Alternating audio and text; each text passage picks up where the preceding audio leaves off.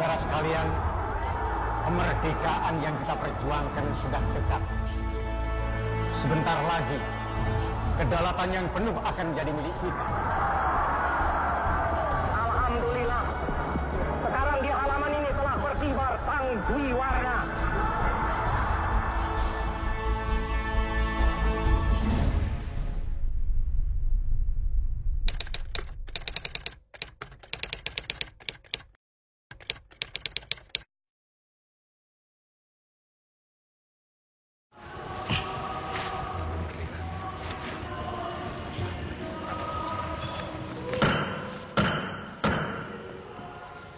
Saudara-saudara sekalian, kemerdekaan yang kita perjuangkan sudah dekat.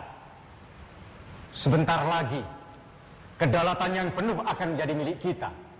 Buat itu, pimpinan Dokuritsu Zumbicho Sakai telah meminta saya secara personal buat mengumpulkan beberapa anggota ke dalam rapat kecil ini. Saudara-saudara disinilah yang akan bersama-sama membuat forstel soal statement dasar kemerdekaan. Statement ini nantinya akan jadi dasar satu tiang yang kuat untuk menopang kemerdekaan. Verklaring itu mesti kita buat lagi sendiri atau kita buat berdasar usulan-usulan dalam rapat besar Dokuritsu Zumbicho Sakai? Semua itu kita tampung. Atas dasar-dasar pemikiran tersebutlah negara itu nanti akan kita bangun. Tapi kita butuh satu statement yang kuat dan lantang. Satu sikap yang kita terima dan sepakati bersama. Assalamualaikum tuan-tuan. Waalaikumsalam. Yang masih membuat saya benar-benar pelik saya rasakan pada dasar yang kelima, ketuhanan. Tuhan, tuan-tuan. Ini akan menimbulkan pertanyaan, atas dasar apakah negara yang akan kita dirikan nanti? Saya setuju dengan pendapat Tuan Soekarno yang menolak internasionalisme yang mutlak dan paham kebangsaan yang chauvinistik. Bukankah Islam sudah menjadi bagian penting dari bangsa ini? Bukankah Islam sudah bersama dengan orang-orang Indonesia melawan penjajah sejak awal mula kedatangannya? Saya hadir sebagai wakil orang Kristen yang mungkin dalam pandangan sederhana saudara-saudara sekalian sama dengan agama para penjajah yang telah datang ke Indonesia. Tapi saudara-saudara, di dalam agama saya tidak satu pun diajarkan untuk membunuh atau menguasai orang lain. Menurut saya, saudara-saudara, perjuangan menuju negara Indonesia yang baru itu nanti bukan merupakan suatu perjuangan agama, tapi sesuatu yang menunjukkan weltan saung bangsa ini.